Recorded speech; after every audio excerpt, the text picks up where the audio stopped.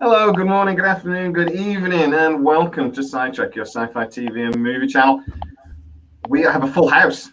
We are all in today. So welcome, Matt. Say hello, Matt. Hello, Matt. Shut up, Matt. Hey, Stormy. How are you, mate? You right? Hello. And we have the young American. I can do this. There we go. Howdy. Hello, Paris. So we have a lot to talk about today. We are going to be chatting an awful lot about Stargate because it is our Stargate Sunday episode. So let's get into it.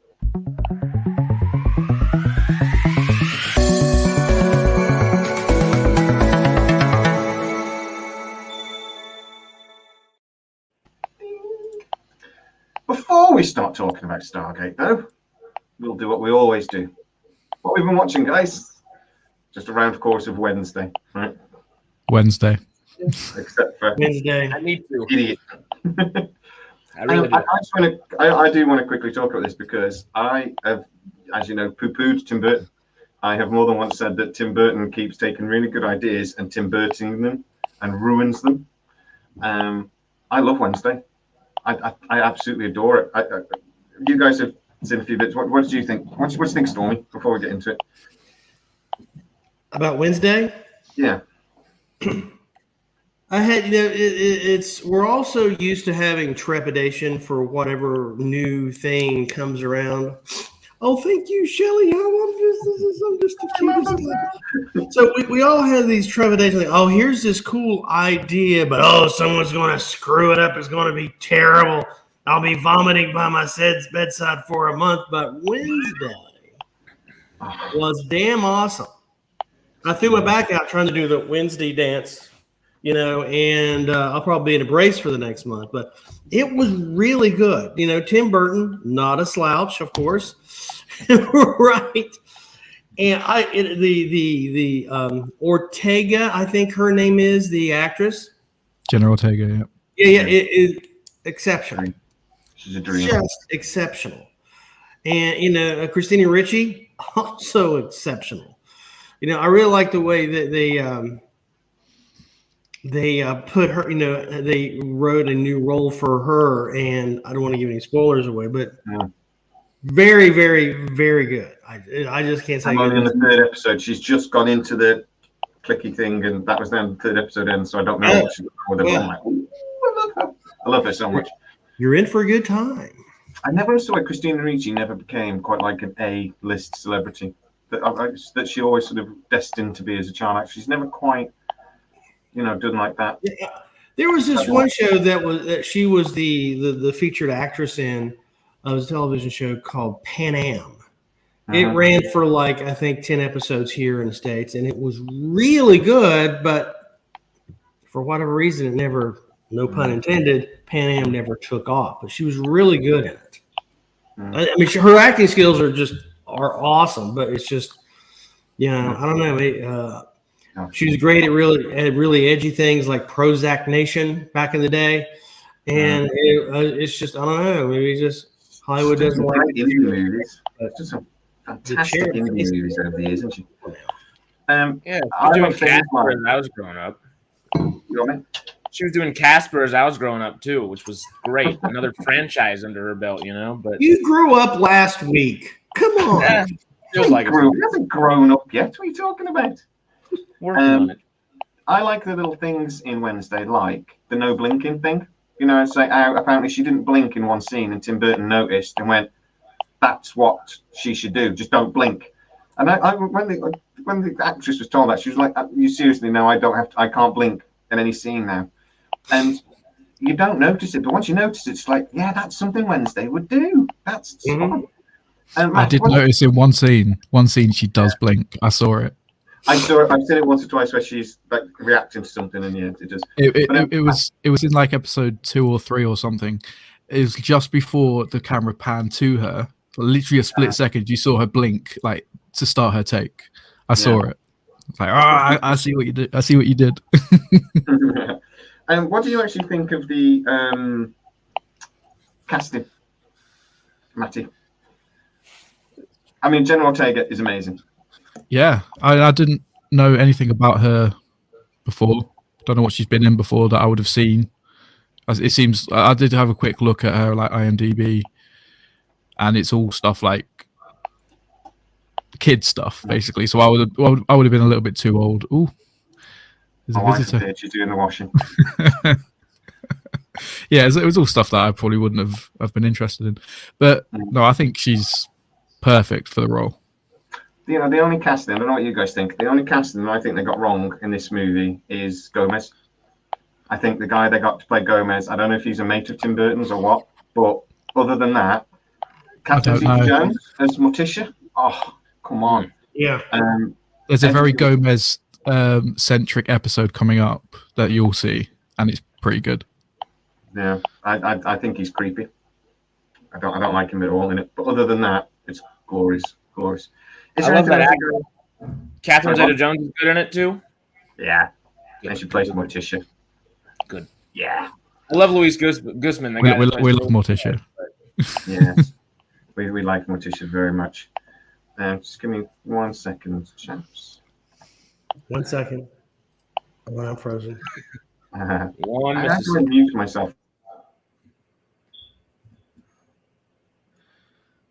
Can anyone read lips?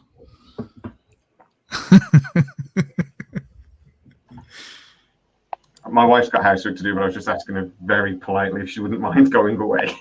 But very politely. Right. Was there anything else you guys want to talk about? Because there is Willow, but should we get on with it? We've got a lot to get through, Stargate. Well, one thing I'd like to, I'd like to talk about just some of the things I saw this week, and particularly I've been watching The Peripheral, and that is, I think it's an underrated show so far. I mean, I talked to a cousin of mine last night and said, "Oh yeah, that's the TV show about the video game." I said, "You only seen episode 1, haven't you?" Yeah. Well, it's not about a video game, and it is. I mean, it reminds me a lot of Snow Crash, and it reminds me a lot of Neuromancer. A lot of that's what it reminded me of, Neuromancer.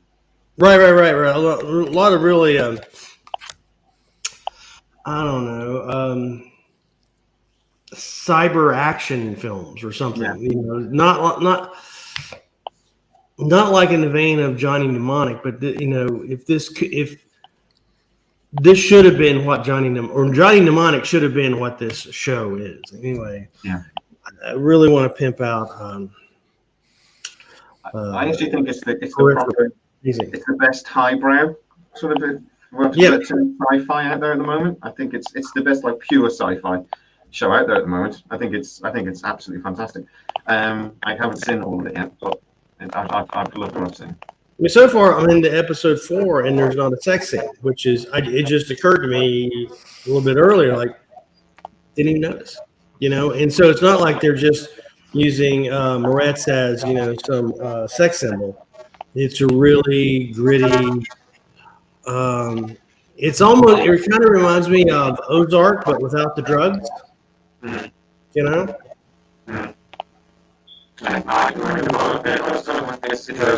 your microphone is gone. The mic is. Oh, really? Oh my God, Jesus! You sound like a Dalek. Is it a robot? Man, that was bad. So while he fixes his mic, I also started some other things. I started a video. There's a new expansion for Warcraft out, Dragon Flight. I started that. Watched a little bit of Good Doctor. It's a story about the surgeon that is autistic. Finally got around to watching Captain Phillips. I'm the captain now. That was kind of quirky. Also started watching a couple of the episodes of The Purge. The television series. Caught that. Oh. I'd love the movie. Never caught it. Can you hear me? Oh, I can hear you. You're just not saying anything important. How do I kick him out and block him from it? I'm sorry. Blah, blah, blah. There's a button for it somewhere. No, true that. I just don't know. Perfectly quipped. Pause. I'm just going to wait for him to ask if he can hear me. But anyway, we love you, Stormy. I'm so glad you've come back. Oh, thank you, Mary. I'm so glad I'm not working 12 straight days. That's Yeah. There's some So I was going to ask: is Peripheral? Is it both Nolan and Joy, Jonathan Nolan and Lisa Joy, his wife? Same team behind Westworld, I believe, right? No Nolan, but I assume so. I don't know. I know Jonathan Nolan is because it's his production company. Okay. So, but yeah. But anyway, my God, how many different interesting cups do you have, Harris? You can't watch. Well, this one I got at Comic-Con yesterday. You know. Oh, it's freaking amazing. Just buy a cup, for God's sake. A white ceramic cup, my friend. Right. So, before we get into the other couple of things I did want to talk about Stargate, there was a Dial the Gate episode last night, which we've talked about a little bit on the channel today because they mentioned Sci Trek once or twice. I know, Matt, you've seen it. Harris, have you had a look? I haven't yet. No, we'll tell you about it. It's very good. And I think, Stormy, you've had a little bit of a look-see. You need to set aside 2.5 hours because it's a very long watch, but it's good. Jenny Stiven is the guest who actually used to work for MGM. She now is a consultant for lots of things, and she really knows her stuff. She actually physically knows these people. I have been asked a couple of times now whether she is the source that I keep speaking to, and she isn't. So I've never spoken to Jenny, but I want to. So if anybody wants to get in there, well, Matt, you've already found her on Twitter. We'll find her on Twitter later. So we love you, Jenny. Come talk to us, please. We should literally get her on Sidetrack. That'd be so cool. I will ask now. Well, the thing I loved about this video last night was the guy from Dial the Gate and the guy from Gate World never mentioned Sidetrack once. They would not mention. They kept, even when they asked it a really loaded question. It was probably supposedly from one of the people watching and sent the question in. I'm sure it's true. That there's a certain channel that we're going to give a shout out to, and then they don't mention it. And then they said, "Is it clickbait or do they actually have sources?" And she went, "They've definitely got sources." And then mentioned Sidetrack again, but she mentioned Sidetrack every 2 or 3 minutes. It was the best advert for this channel ever. It was just like, so we've done 2 videos with asking people to go and have a look at it because it is actually genuinely a brilliant video, and this Jenny genuinely knows her stuff. But it is just like it's like she's been watching this channel and just repeated what this channel's been saying for 12 months. Oh, she's definitely been watching. She's definitely watching. Well, yeah, she even knew how many subscribers we had. Yeah. She literally listed a load of channels. It was like, oh yeah, Sidetrack's got 14,000. This other one's got 12. Like, how the hell do you know that? You subscribe somewhere. It's always a sign of a really good, talented stalker when they know how many subscribers you have. And so, way to go. Yeah. It was when she started reeling off my address and my inner leg measurements. I started to get a bit concerned. But I know your inner leg measurements. You don't seem concerned to me. You saucy little thing. You know why. You know as well. Honestly, guys, we did a video on it a little bit earlier that Matt threw together because I thought it might be a bit if I did it. So Matt threw a quick video together. There's a link to the description there that you can go and check out the video. But I mean, it wasn't a quick video. It took me ages because I had to literally. Well, I say I had to. I enjoyed watching it, but trying to find like the timestamps and then like edit it down. Oh god. Is it the State of the Gate December 2022 special? Yes. Yeah. Okay. Perfect. So yeah, give it a go. Give it a look. And like I said, they alluded to the next. They basically said at the end of it, the next time you'll see us will probably be in like March, April, blah blah blah, doing this again. And then she said, "Oh, actually, we might want to do it in January." I was like, "That's literally what we've been saying on this channel." I've had a little bit of an update on that actually. In that it might be a little bit later than January. I've said New Year on purpose, because it's very much around MGM Plus.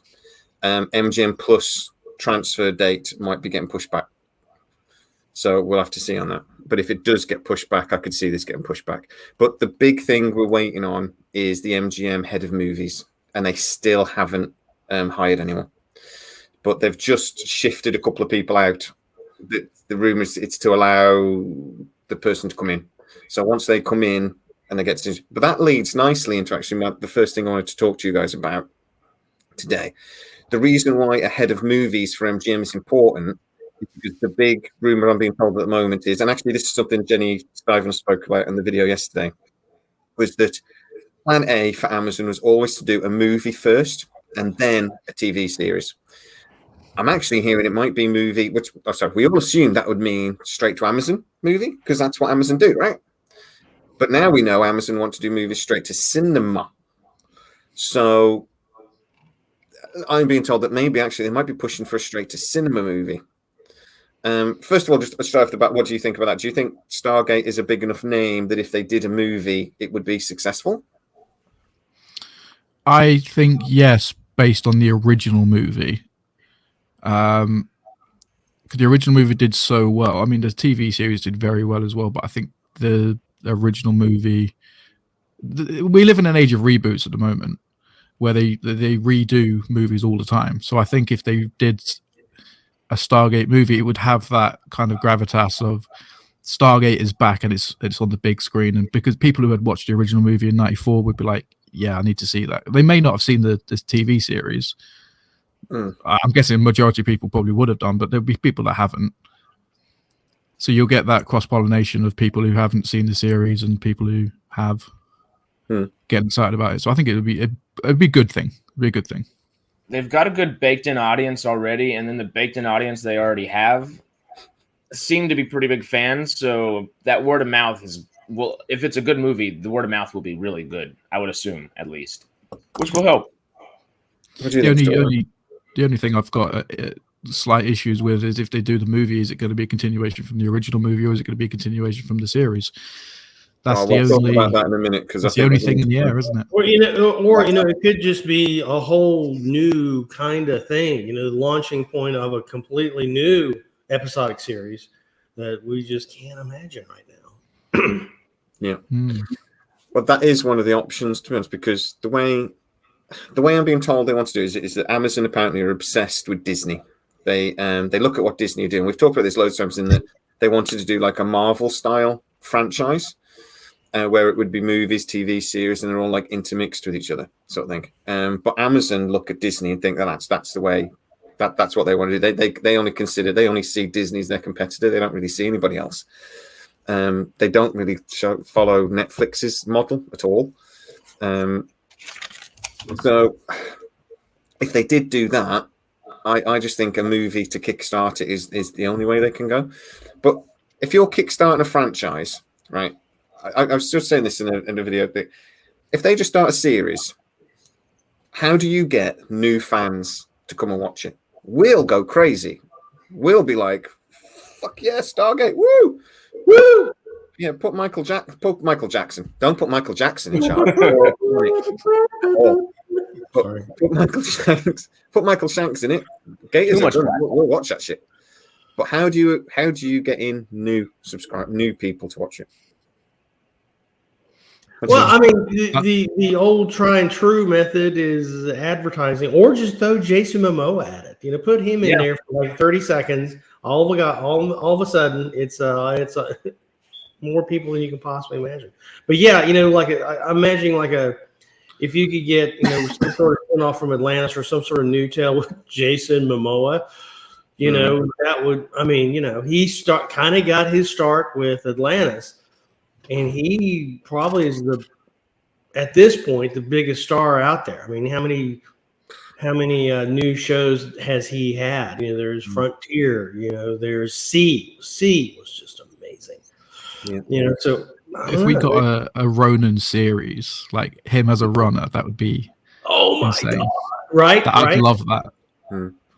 Well, there's already just such a huge cast to draw from SG1 too. Michael Rooker is in an episode as a colonel at some point. Old Yondu himself could have a series if we really wanted to. Listen here. I mean, great. I don't know about SGU, but Ming Na Wen, give her own show if she's still alive. I mean, there's a whole slew of things. So is that Camille Ray? I don't know the characters from SGU. You just mentioned a name. Ming Na Wen, she was like the one from Star Wars. Yes, she was in Stargate. She was in a shoot. Yeah. She was a very background. She's like a politician-y sort of character, wasn't she? But yeah, Yeah. No, I really liked Camille. She was one of my favorite characters. I like her. Because she was one of those characters that kind of put a wrench in the works, as it were, all the time, and it made for interesting watching. So my thinking is that, like, with the setting up a franchise, is that you've got to start big, and if you can bring in the Gators really easily, we'll watch it, but they have to attract another audience. They have to attract. I think Jenny talked with this yesterday. They have to bring in that sci-fi audience, and then hopefully the like the Star Wars fans and things like this. You know, those people that are even beyond that sort of thing. And the way to do that is, for one, a big movie, if they advertise it right, will attract people, because people like going to the cinema. Yeah. Still, weirdly. But then you have to bring in the right actor. Now, there's these rumors that they were trying to get Chris Hemsworth to do to be the lead man, to be the Richard Dean Anderson for the new series. Because for me, again, I don't know what guys you think. I think they need to bring in somebody that's a big enough name that you're going to know who it is, but not so big that they won't do the TV series as well. Do you know what I mean? I've got to find that somebody in between. I don't know if you guys have any suggestions on who. Actually, looking back on Chris Hemsworth, I can completely see why they were going with that. But they came in with a Witcher. Witcher came in with a solid offer, and he went with that. But I think they need a likable, middle of the road B-list actor. I think, to sort of like get it going, sort of thing. So I think they need not necessarily go for massive names, because I don't want to watch it just because it's got a massive name in it. I like a show where I don't know anything about the person before. Like Wednesday, for example, I knew nothing about Jenna Ortega. Now I absolutely love her. Mm-hmm. Like, that's the best example I can give of things I've watched recently. Just have the right people, essentially the right people, not because they're big, not because they can bring in a huge audience, just the right people that can do a really good job. That's the thing. I was wanting to interject here. Jay mentioned Amazon wants to be, more like Marvel, and I kind of feel that is how the company's trying to trend. Amazon is. But this last week and a half has been a kind of a tumultuous concerning all of that. Bob Iger is now in at Disney, and how that will affect everything going forward is yet to be seen. He certainly has he had a different creative vision when he was running Disney before he stepped down. Then I've heard rumors of Kathleen Kennedy stepping down. How is that? Her name is like executive producer of damn near everything over, especially Star Wars. And then this last month, Amazon lost $1 trillion in market value, and they're getting ready for massive layoffs, like 20,000 people coming up. And how is Amazon has these goals, right? To be the next Marvel. Maybe it's presented that way, maybe not admittedly, from their own PR, but you can kind of see that's the direction they're going. How does Bob Iger is kind of a competitive guy. How did with the Kathleen Kennedy stepping down, Bob Iger coming on board, and Amazon losing $1 trillion in market value? How do you guys think that's really going to affect Prime Video going forward, especially with all these projects? I think the Prime Video financial situation is a bit weird, though, because their value was so massively overinflated during COVID, because everyone stayed at home, so everybody bought stuff off Amazon. I mean, and I think they hired massively to keep up with that demand. I can't imagine they ever thought it would continue, but that did create sort of a false inflated value. But all of the streaming services have now got massive problems. Disney are losing $500 million a quarter thanks to Disney Plus. Ouch. Paramount Plus are genuinely at risk of going under. Paramount are a genuine risk again. They owe $16 billion at the moment. Ouch. But the worst of it is they have a revenue of about $4 and that's total revenue. So they're in trouble. But they have managed to get their debt down. It was nearly 20 billion at one point. All this HBO Max is even actually worse off. That's why this HBO Discovery merge has happened. It's because they desperately needed to cut costs. Mm-hmm. So all of the streaming services, regardless of where they are, there are financial issues. I think there was a streaming bubble, and it's about to pop. You think that's why Iger was primarily brought on board for Disney, is to fix all of that for them? I think quite probably, but I think there was also some massive financial decisions made by Disney's the guy that left, and particularly if you look at I don't know if these rumors, and I don't 100% understand the cryptocurrency stuff, but there is a big rumor going around that Disney and Paramount massively invested in that cryptocurrency scandal. And when it went bust, that lost NFTs. The FTs. FTX. Yeah, FTX. Yeah. That lost them a crap load of money, and they're basically trying to cover it up. But it was him that was the main thing. So they've brought in the other guy to sort of like cover it up a little bit. But the thing is with Disney, they can paper over a lot of the cracks because the parks make crap loads of money, and ESPN makes crap loads of money. So they can sort of shift one loss, and they always knew catching up with Netflix was going to be expensive. That's why they bought Fox. They bought it for content. So they knew they were going to lose money. But what they didn't know was, that they were going to then have COVID and then go through a cost of living crisis. Yeah. So Disney's losses are even more than they expected. But $500 million a quarter. That's gotta hurt. Is insane.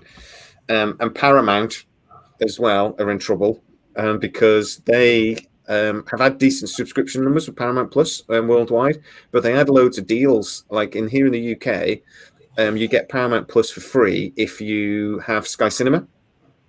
So I actually get Paramount Plus for free. So that created a false image of like loads of subscriptions, but Paramount don't get any money for it. They did the same with Netflix. Sky were paying for Netflix accounts as well. That's how I had Netflix for the last 3 years. I've not paid for Netflix. I'm paying for it now because I'm not with Sky anymore. But yeah, that's what they do. Netflix do still get money for that, whereas Paramount Plus got a flat rate. Netflix get an amount of money each subscription. Paramount Plus didn't do that deal. They did a deal that was like, we're going to put it on as free, and this is a flat fee. So it doesn't matter how many subscribers they're getting away. They're not. The idea was that it'll get it out there and lots of people will see it, and then lots of other people will subscribe, and it just didn't happen.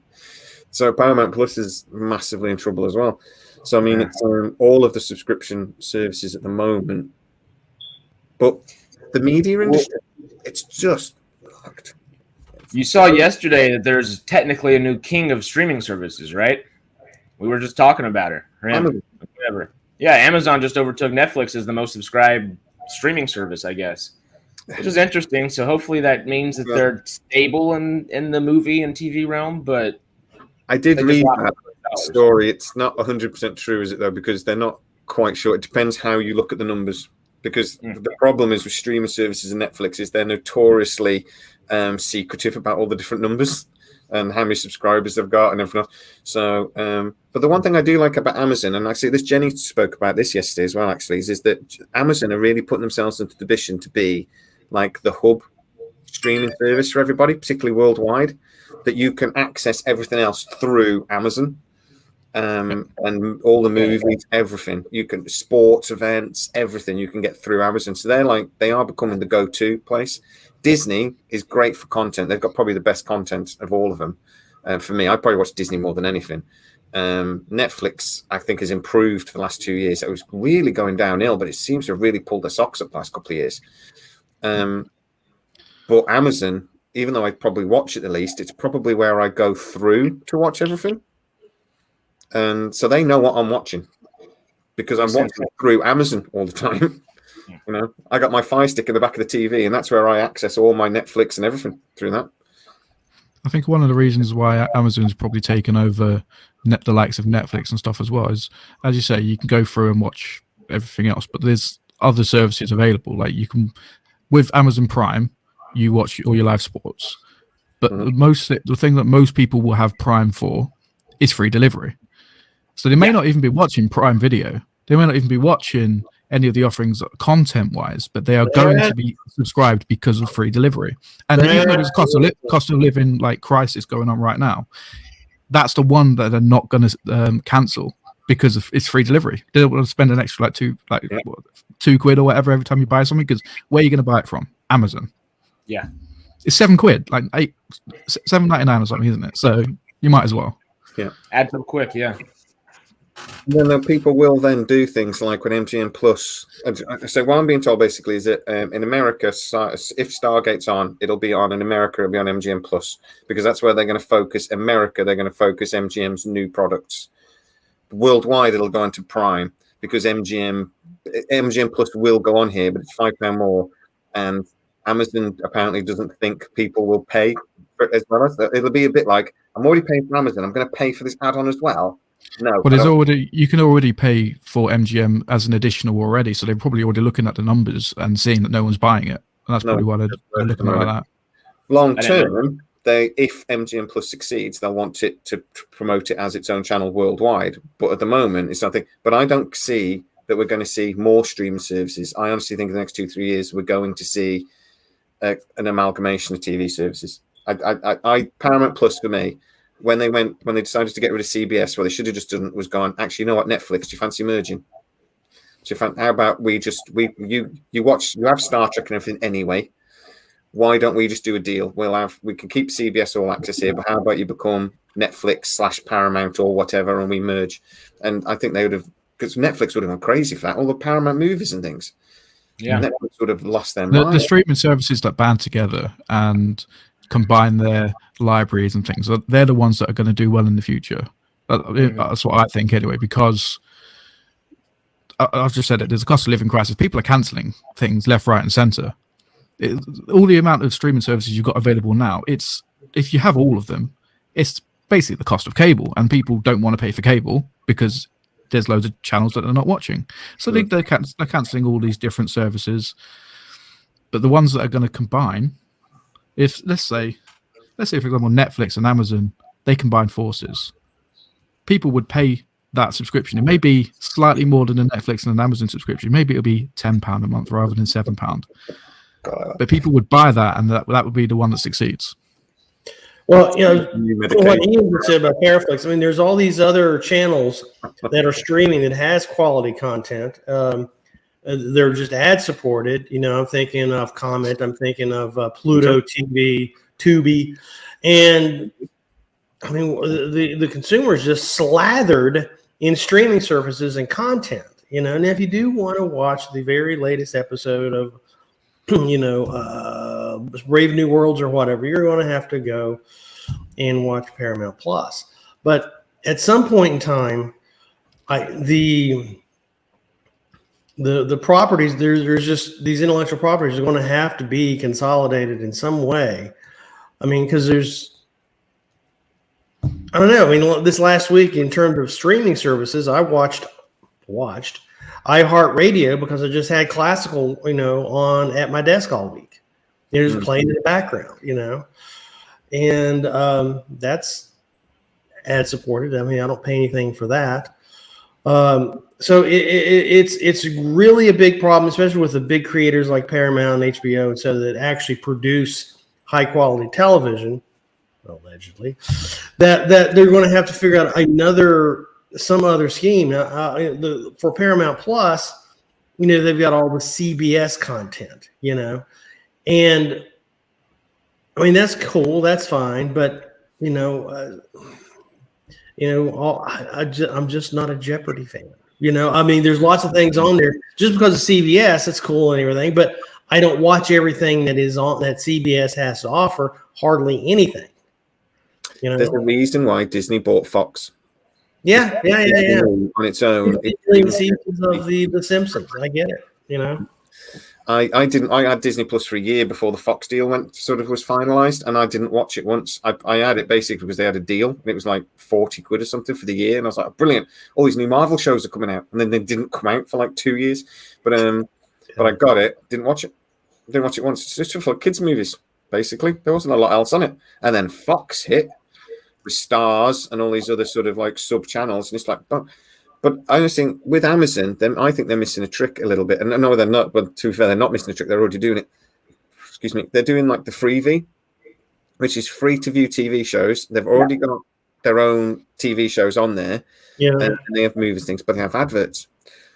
You pay for your Prime, and then you have all these channels underneath that have adverts on them. And you're getting the best of both worlds as far as your Amazon. You're getting paid twice. You get like the best of both worlds of a commercial television channel and having advertising. And then you've got a streaming service over the top where you put Prime content. So that'll be the reason why you go, but then you get all this free stuff underneath. And that's what they're doing. They're geniuses. So is Amazon Prime itself essentially going to turn into Prime, Freevee, and MGM Plus? And a bunch of other ones. I mean, there's several other sub channels as well, to be honest, that you get through Amazon.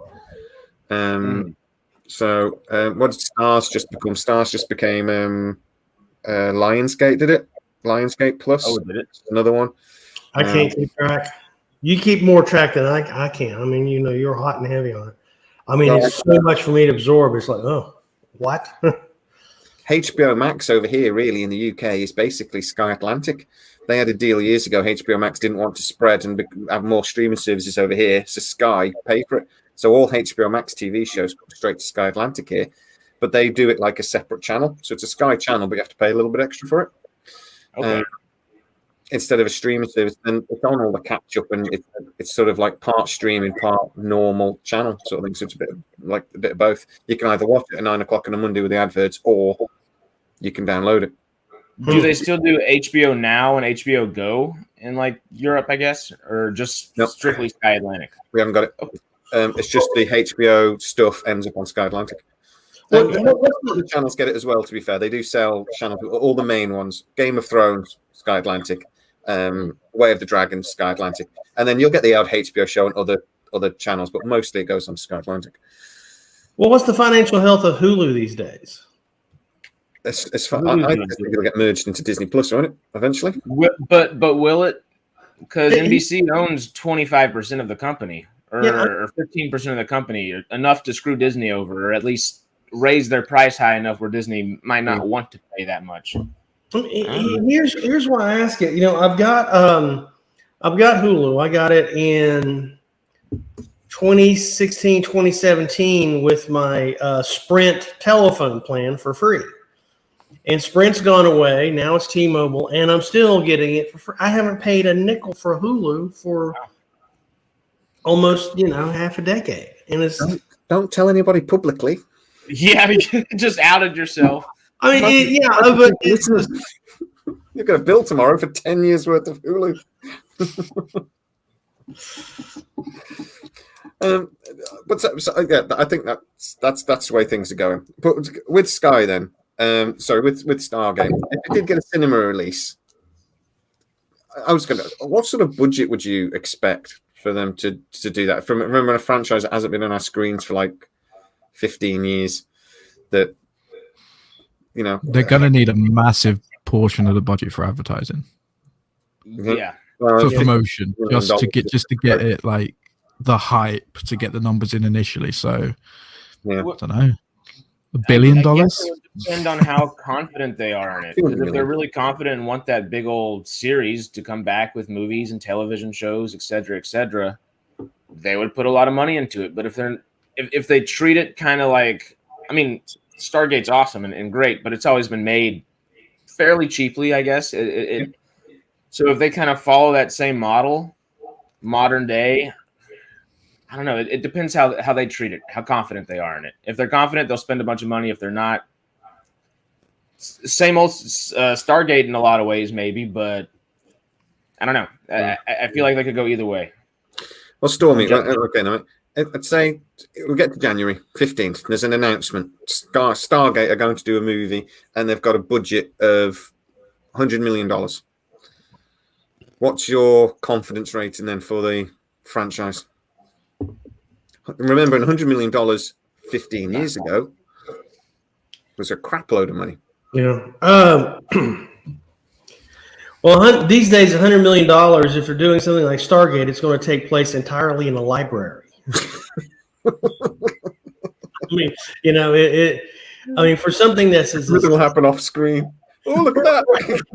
right, yeah. It'll be one of those Stargate episodes, where it's just some of the background characters, like some of the scientists, they're like, oh yeah, they're over there. Look at them. They're talking about just look. Can you imagine how cool it is to be them? And it'll just be those two guys, watching Daniel walk in and out of the library and just theorizing on what all the hell's going on. Yeah, that'll be it. $100 million right there. Yeah. Yeah. Okay, then Harris, $200 million. I think they could manage with the $100 million. I honestly, if they go cheaper, I would think they'd probably give it like an 85 to 100. But if they decide to spend some money, 150 to like 250 would be a great sweet spot, I think. What was the budget of The Expanse? The season of The Expanse. What's the budget of that? They spent about $9 million an episode. So 10. You're still pushing $100 million for the season of The Expanse. Right. That was considered a reasonably cheap. It averaged at $8 to $9 million. Well, I mean, it's so it can be done. I mean, you can have an effects heavy show. You can do 90 minutes, 2 hours of production, and clearly come in under the $100 million mark. But if you have Jason Momoa, that there goes half your budget right there. So it depends on what the above line costs are. I think of how much effects you have. So I don't know. I mean, I think they could do it for $100 million, not including marketing. Yeah, production cost. Yeah. I mean, you said Momoa real quick, and that just makes me think because he's got to be expensive to a degree, but he can't be all that expensive with the amount of TV shows he makes. And I mean, Slumberland, that new movie he made for Netflix, Fantastic. I still haven't seen it. It looks really good, but I mean, it was advertised decently well. But Netflix doesn't really advertise their movies, and they are notorious for tossing money at things. But I can't imagine he got paid exuberantly for Slumberland. He might kind of be the guy to go to because he does those smaller TV shows and things like that. And if he has a love for Stargate still, he might come back for a little bit lower of a price. Take a percentage instead. I was going to say, the way to get around is take a percentage. The way to get around it. He won't. I was just going to say a lot of his co-stars from C were also, with him in Stargate Atlantis. David Hewlett, famously. I love David Hewlett and everything. And yeah. So I think it's possible, and Ian's right. He's got his pulse on it. I read that too, and I think it's possible. I think. I mean, he did have the two, the big, the DC movies. He's got those under his belt. But I mean, it's still, even if you look at the budget of C or Frontier or whatever, I don't want to call him a B-list actor by any sorts, but he's still, I mean, it's still pricey. I mean, if you're getting decent name recognized cast, then you're going to pay for it. Yeah, true. I mean, that's what I'm saying about we don't want an A-lister star, really. I mean, Jason Momoa, don't get me wrong, would be amazing. And if they did bring him on, I would say he's getting an executive producer title. He's getting something else. He's not just coming in to act. Yeah. He would have to want to do it, though. He would have to be desperate to do it. And Jason Momoa seems to like to do lots of different projects. He doesn't seem to do anything for very long. But he's done a couple of movies over time. So he did that one movie. He basically wrote it and did everything to get it on the thing. I can't remember what it was called, but it was with his dad. And anyway, but he does lots of projects like that. But like even C, which is a labor of love for him, he said 3 seasons done. That's it. Apple were desperate for him. Frontier, yeah. So I have heard rumors about Jason Momoa. But I've never heard anything that was concrete, other than him mention it in an interview once, about 6 months ago. But it was sort of like it was very much a throwaway comment. It was like somebody said if what sort of projects would if Stargate come back anyway. I'd love to do that shit, and I think that's where a lot of that rumor came from. And then obviously people have asked him because so many people go into like David Hewlett and everybody go from Stargate, so they ask him about Stargate, and that's how that rumor started, I think. I've never heard anything solid from the people I speak to. Anyway.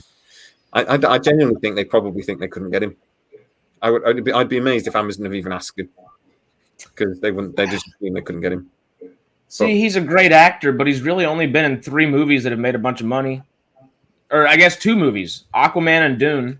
Besides that, it's kind of like The Rock. He's a big guy, but Black Adam was by far the most money The Rock has ever made at box office. He always is successful, but not uber successful. MMO is kind of a degree lower than that, because he still does a bunch of great, cheaper action movies that are probably in that 80 to 100, 120 million dollar budget range. Might be up the alley. I don't know. Fingers crossed. Well, the other side of it, because I hear contradictory rumors sometimes. Like I say this. Jenny Stiven talked about this yesterday, because depending on who you talk to, you get different opinions. But it's because up until hint for a future video, up until very recently, Stargate hadn't decided what they were doing. Amazon hadn't decided what they were doing. So they had their options open. So some people talk about a series over a movie. Some people say the movie, you know what I mean? Is there an argument, though, to say, and actually a TV series, then a movie is the better option? Because you can set a foundation with a TV series you just can't do with a movie. And like somebody mentioned earlier, and I actually mentioned when I was talking about Avatar 2, the cinema isn't the big draw, the big gravitas thing that it used to be. Yeah. It's not as important as it used to be. So is there an argument for saying a TV series is a better plan? Well, series nowadays are pretty much mini movies, aren't they? Yeah. So there is the argument to be made that you could have a 10 episode series and you can get more of a story out than you could in one single movie. But I don't know. I think a movie would be slightly better. 'Cause I don't know. I guess I'm a little bit old fashioned in that way, that a movie is massive. And it would have more of I guess they'd put more into like promotion and stuff. So more and more people. We're going back to the cross-pollination thing.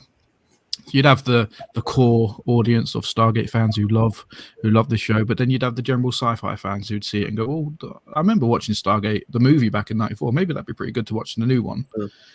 And then they might rediscover the series and go that kind of route. But I don't know. There is an argument to be made that a series would be better because you've got more scope to tell a longer, more in-depth story. But I don't know, if you want something that's more bang, we're back, I think a movie is the way to go. Harris?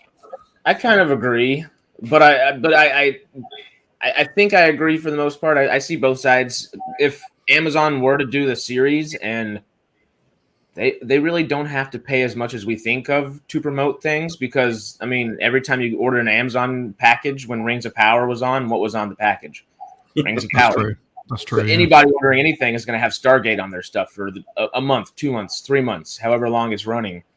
So that'll be baked in advertising, which would hopefully put eyes and asses on the screen and in seats, you know. But if they go the movie route, I feel it's not necessarily necessary, but it does show that they're willing and capable, hopefully, of elevating the content and making a film out of it, and really putting all of their effort into it, and not necessarily, all right, we'll put a series out and then we'll advertise it on Amazon Prime when people do packages. Because I like that. If you have that capability of doing things, do it, you know.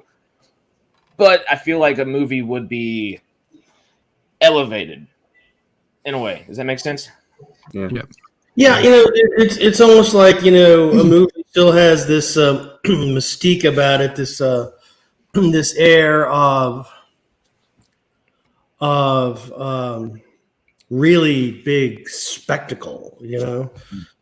Whereas, you know, something that's on streaming, just television, kind of doesn't. And it's still, going to the movies is still kind of a group experience, still kind of. But if we're looking at long-term viability of the franchise, do we want one movie and then maybe get a series, or do we want 5 seasons and no movie? Something like that. I'd rather have the TV. Because it's still more story. That makes me think. Yeah, oh, go on, sorry. No, yeah, sorry. I was just thinking because I haven't finished SG1 or I guess SGA yet, and I know both have movies that come off of them. So Stargate literally has done movie to TV and TV to movie. Mm-hmm. So it really has the options, I guess. How successful were those Stargate movies when they were coming out?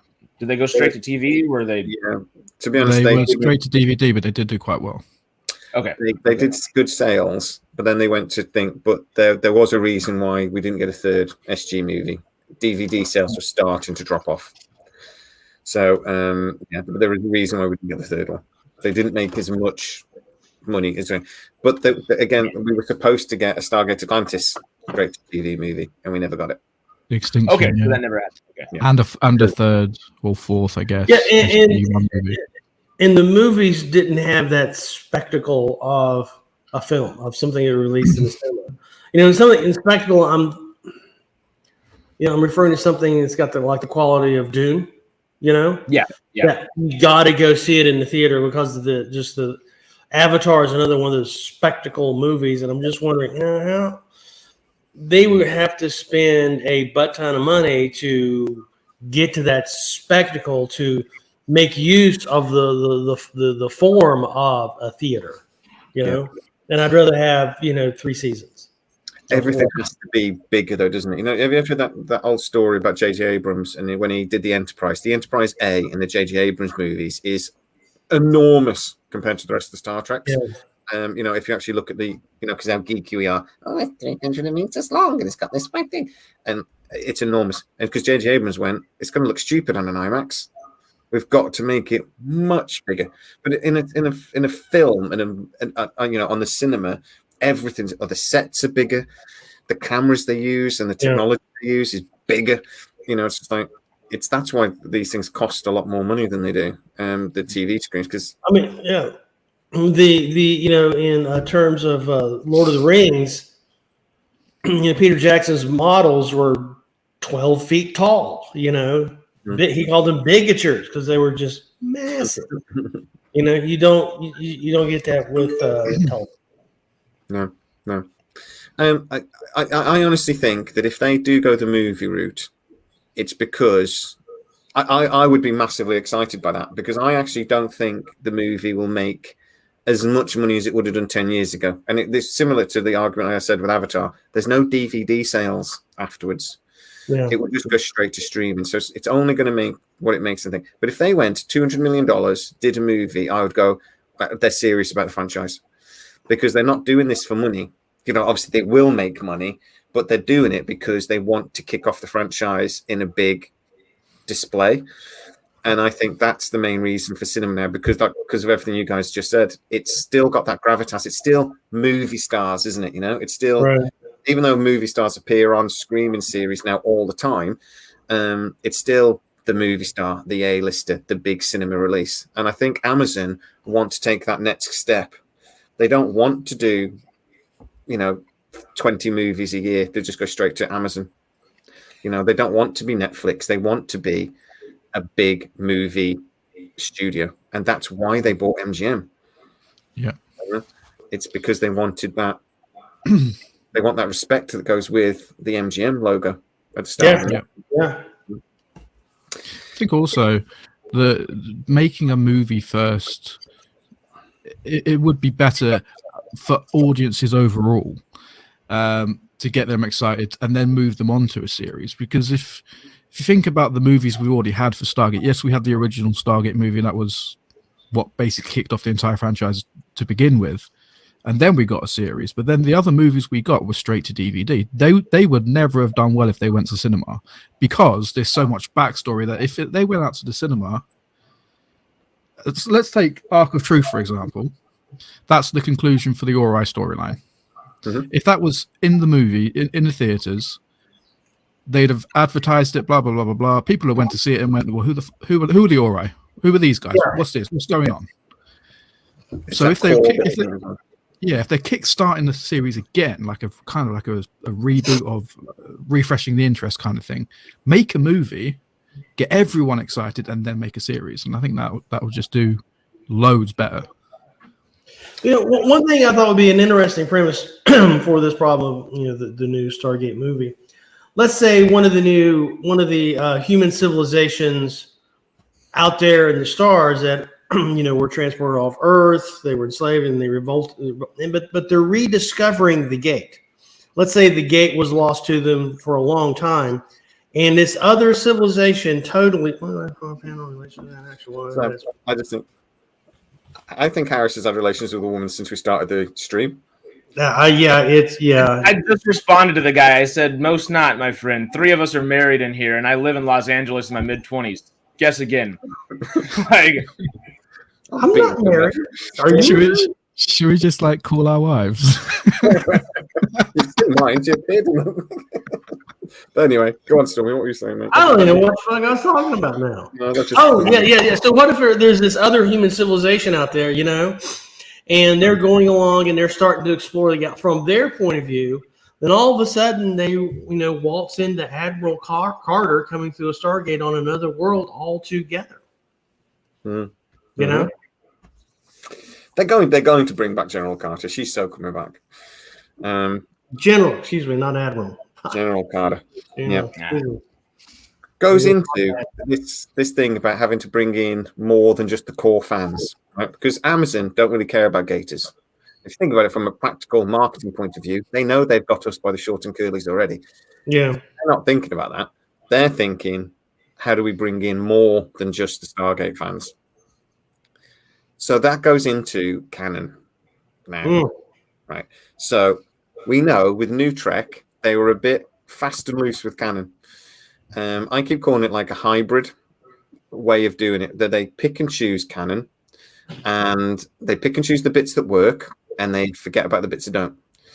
And particularly with Star Trek, that was running so long, there was so much canon and so much contradicted each other over the years, that they sort of had to. They sort of had to go, if we do everything, it's just going to get so confusing. We can't. Our hands are so tied if we stick to canon really religiously. So we've got it. I think with Marvel, they were brilliant at picking and choosing what canon they stick with. I mean, the example I can think of is the Mandarin. I'm going to go talk about Star Wars in a second. The Mandarin, how they had the Mandarin character from comic. They realized that would be a bit silly, so they came up with this clever little twist and did the Ben Kingsley thing. And people went, a lot of comic book fans went, fucking hell, that's not right. But actually, it really worked for the franchise.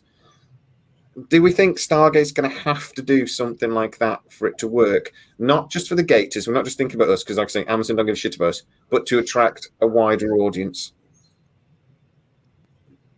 Yeah, they definitely need to attract a wider audience, because not to be rude, but a lot of the Stargate fans are really old. Like, I'm a young Stargate fan. But they're this guy's ass. I said not to be rude. You know what I mean? Like, what color is my beard again? I keep forgetting. What I'm basically trying to say is, on the panel up there, I'm not bald. Let me tell you, for a square inch, dude, I got you beat. I'm just saying. Go ahead, Matt. Keep putting your foot in your mouth. Chew that. No, what I'm trying to say is, a lot of the original Stargate fans are really, they're getting older. They're going to want to capitalize on new, fresh, sexier audiences, I guess. But I don't really want them to do what they did with Stargate Universe and make the entire cast like young and sexy, and I want them to be kind of realistic in a way. Shut up! I want young and sexy. But that's not what Stargate was about. I mean, we had Samantha Carter. Yeah, we had some sex appeal in Stargate, but we didn't have everyone being like chiseled jaws and like Did you see the Tok'ra? perfect teeth. Did you see every I mean- ghoul that ever walked? The Tok'ra? It was just like. Yeah, there's only one Tok'ra. Only one Tok'ra. I don't know. The blokes weren't much to look at. I'll give you that. And the only guy with the chiseled jaw that I can think of is that guy. What was the Zipakna? Zipakna with the punchable face. I forgot what we were talking about. Yeah, but so, no, yeah, I they are going to have to do that, and bring in young. But is that? I mean, have you really just put into a nutshell why Brad Wright didn't get the gig? I reckon so. I reckon that's probably one of the biggest reasons. He's an older gentleman with class. I don't know. He's probably going to be wanting to do what they did back then, but audiences are a lot different to what they were back then now. So, Doesn't mean he shouldn't come on as an architect. Oh, Rachel Luttrell as well, yeah. But I was talking about SG1. If we're talking about SGA, Jennifer Keller. I've still been listening, you idiot. Who was the doctor from Stargate Atlantis? She was in Firefly. I adore her. She was I love her so much. I've got to Google her while you're talking. But yeah, she was in Carson Beckett.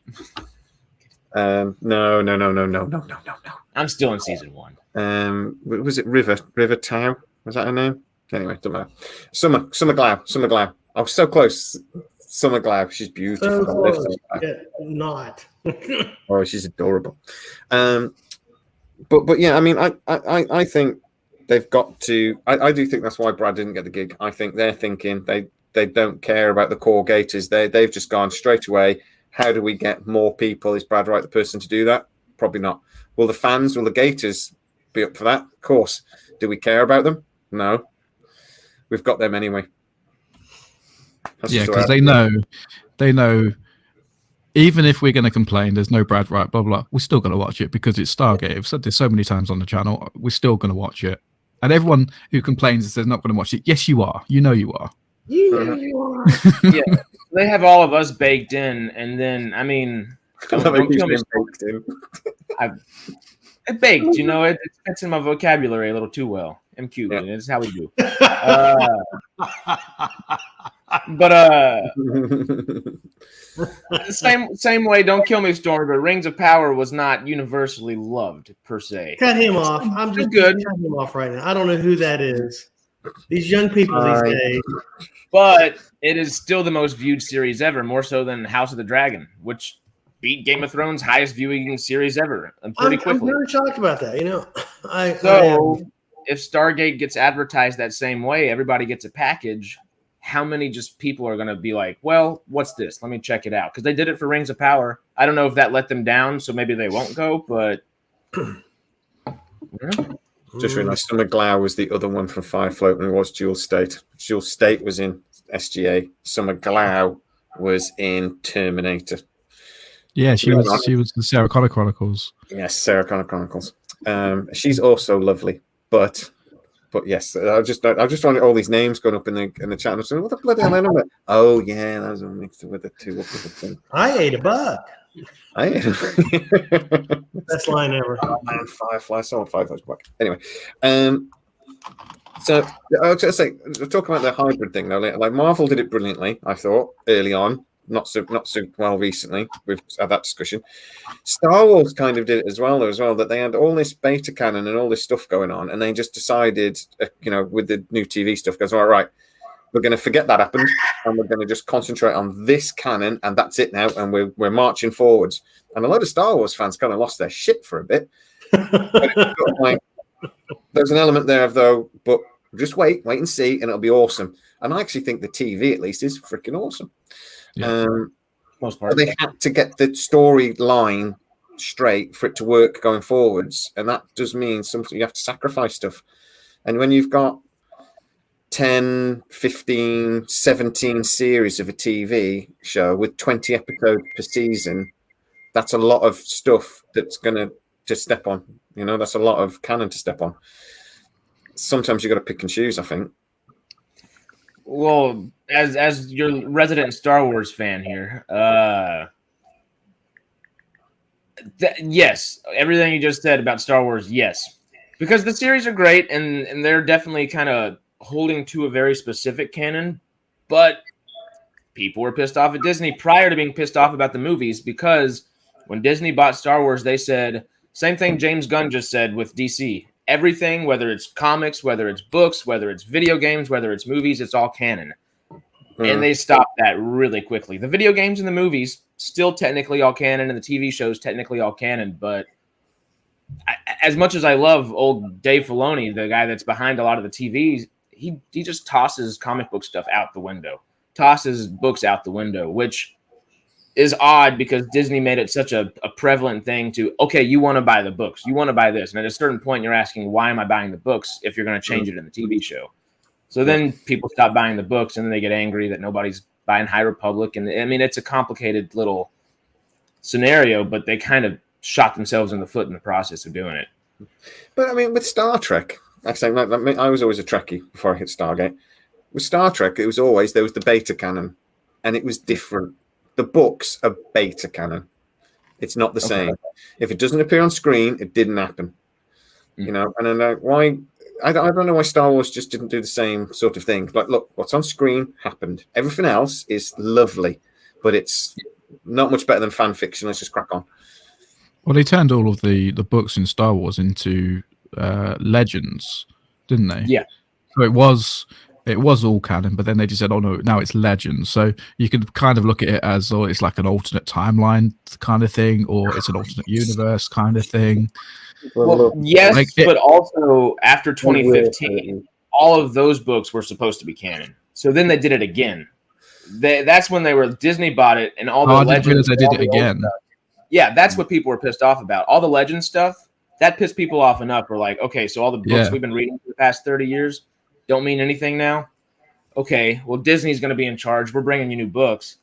They did that, and then it feels like some of the TV shows great. I love all the TV shows, but some of it is kind of fan fiction-like in a way, because they're literally borrowing from the books, but taking what they want and then adding things necessary for the shows, which is great. But come up with an original idea and let that be a beta canon. Let that be a Legends canon. Let that be somewhere. You know? No, I'm with you. And I don't think Stargate has as much of a problem, though, as like Star Trek, Star Wars, because I don't think there is as much material. Star Trek had a real problem because it spanned 40, 50 years before New Trek came out, and the movies and everything else. It had a real problem. And J.J. Abrams, though, took that problem and just tore it up and went, "Well, I can do what I want." Wormholes and black holes. Black holes are a good way of going from one place to another, right? I heard something about black holes and time travel. Let's go with that shit. And just made a difference. And just if they do something like that with Stargate, and people will always get into the comments and always say, "Alternative universe, we can do it through Stargate. It's happened. We've seen the mirror universes do that." I might throw up a kidney if they do that. It'll drive me up the wall. The problem with that kind of stuff with black holes and mirror universes is it has been done in Stargate before. So if you use it as an excuse, it's just like it's a cop out, because that was already established in the series, and now you're just making it an excuse to get rid of everything that come before it. Like it's because a lot of sci-fi elements have already been done in Stargate. It's going to be very hard for them to get away with explaining away canon. Yeah. If you know what I mean. Which is maddening. But they can't use pseudoscience because it's already been used in canon. If they do a Star Trek, they'll all turn up and they look completely different. I think we have a right then to lose our shit. Some 15-year-old comes up with glowing eyes. And you're like, you've not been alive for 5,000 years. Yeah, you little shit. But I say that though, the Klingons changed repeatedly. I've got to remember that the Klingons changed for the next generation. They were completely different to what we'd seen before. So actually, never mind. Star Trek's always done that, so I don't know if we should get stressed about it. But Stargate hasn't. Stargate is pretty clean from a canon point of view. It's probably the only one of the very few franchises that is pretty clean. There aren't any major canon fuck-ups.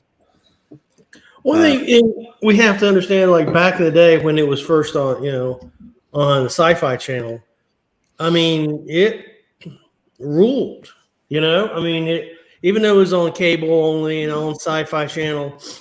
I mean, in terms of impact, science fiction impact, it had a very high score, I think. I mean, it was very foundational. I mean, everybody was catching Stargate, whatever the iteration.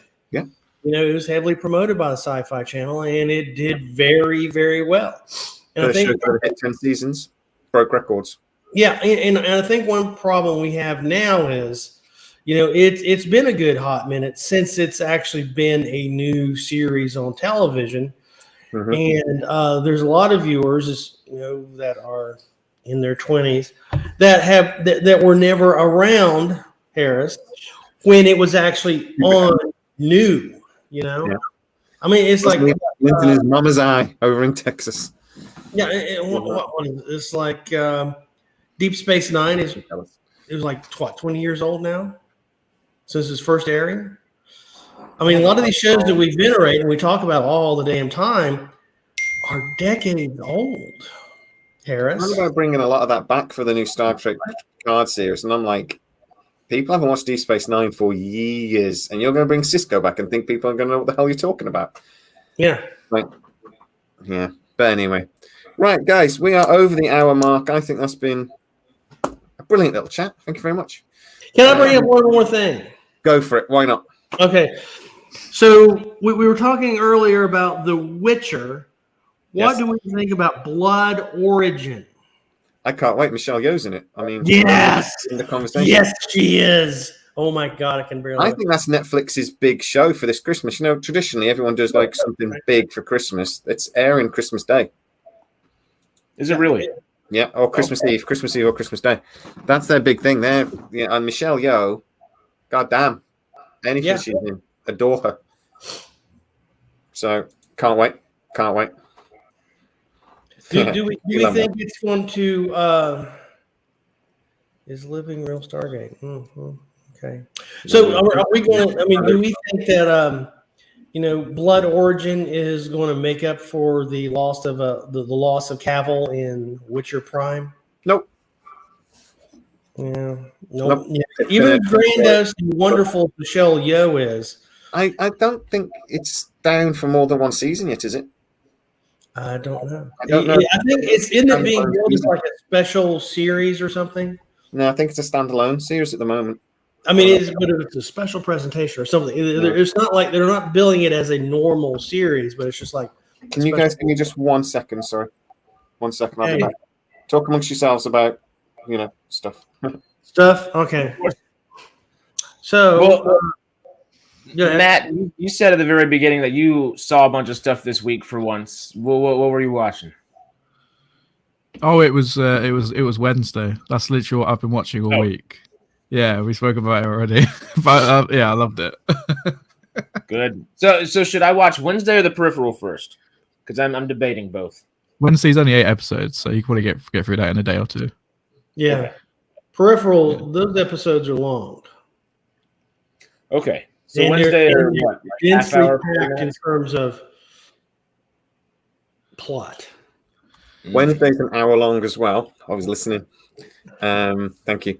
But Wednesday's more fun, isn't it? Wednesday's much more fun. Yeah, Peripheral's much more intellectual. Yeah. And then when you're watching it, message me when you realise the twist. Just Peripheral or Wednesday? Yeah, Peripheral. Okay. When you realise what's going on, I just want to see how clever I am. And at what point I realised, and I went to my wife and went, it's So don't take dabs prior to watching the episodes. Yeah. It's not it's and she got it. Yeah. Did you say don't take dabs? Is that what you said? Prior to the episode?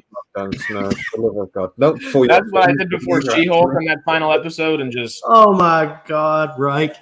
You'll think Wednesday's coming out of the TV Ring style if you have anything recreational before watching that either. So sounds fun.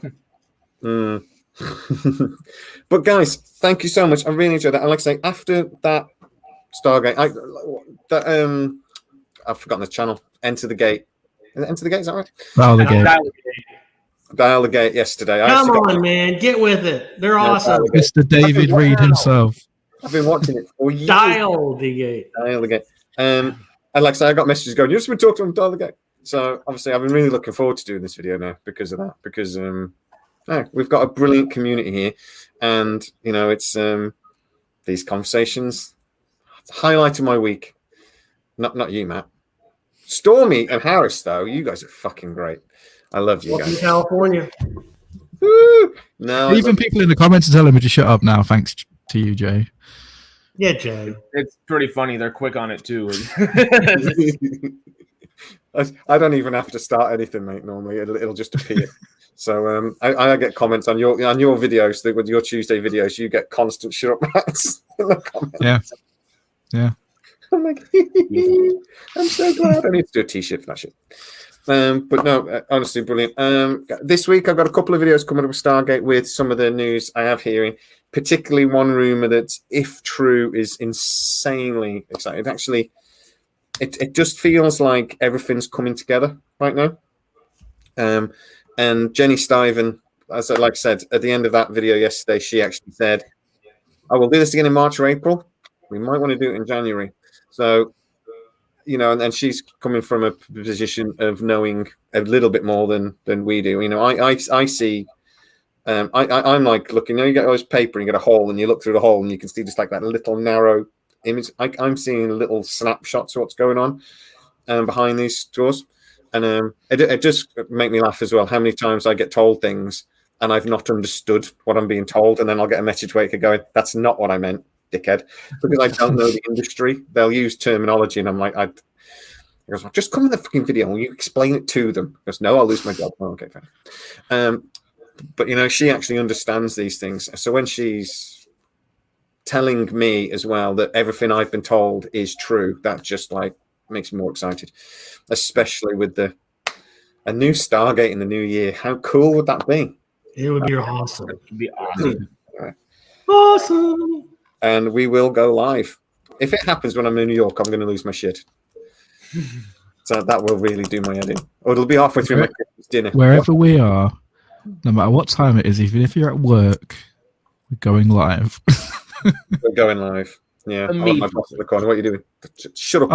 I'll be there in the office, and my boss will be like, "What are you doing?" I'm just going live because Stargate is out. Or it's been announced. Yeah. We definitely should have a watch party. Oh, when the new series hits, mate, we'll be all over that. We will just watch the news and do it live, and then we'll just watch it and do it live, and talk about it straight away, because it's going to be the biggest for me anyway. It's going to be the biggest thing. And you know what? Do you know what scares me more than Stargate not happening? Is it coming out and it being rubbish? If that first episode comes out and and I don't like it. Yeah. But we were talking about Stargate Origins earlier. If that had carried on, I probably would have still watched it, even though it was crap. Just because it's Stargate, and I just want Stargate. Like, yes, it's shit all over canon. Sorry about the language. Yes, it's shit. It poo-pooed all over canon. But it was Stargate, and it was the best we've had for like 10 years. Yeah, 100%. All right, guys.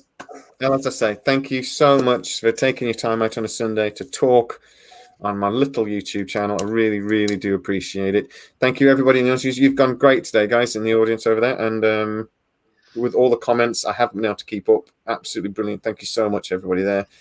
And, guys, we will be back next week, but then we're probably going to go on break, probably over Christmas. So we might not be live over the Christmas period. Jolly, jolly Christmas. We're going to spend time with our families. Oh, no, I hadn't thought about that. Should we just go Have a live? silent night, have a violent night, you know? Oh, Violent Night. I love Violent Night. I'm trying to find it. I want to watch it with the kids. I can't Feel watch me when I come down the chimney. Yeah. Actually, mate, you're right. As soon as I break up from holiday, I'm just going live and staying live for like 3 days straight. So I don't have to speak to the kids. So script. But anyway, as we found out earlier, though, they follow me. So they appear around the corner. Harris is gone, but guys, we're always back. Say bye-bye, everybody. Goodbye, everybody. Goodbye, everybody. Toodles. This gives See me y'all. in the outro. Y'all. See you later, guys. Mm. Watch out for new videos this week. Couple of really big ones coming. See you later. Ooh. Somebody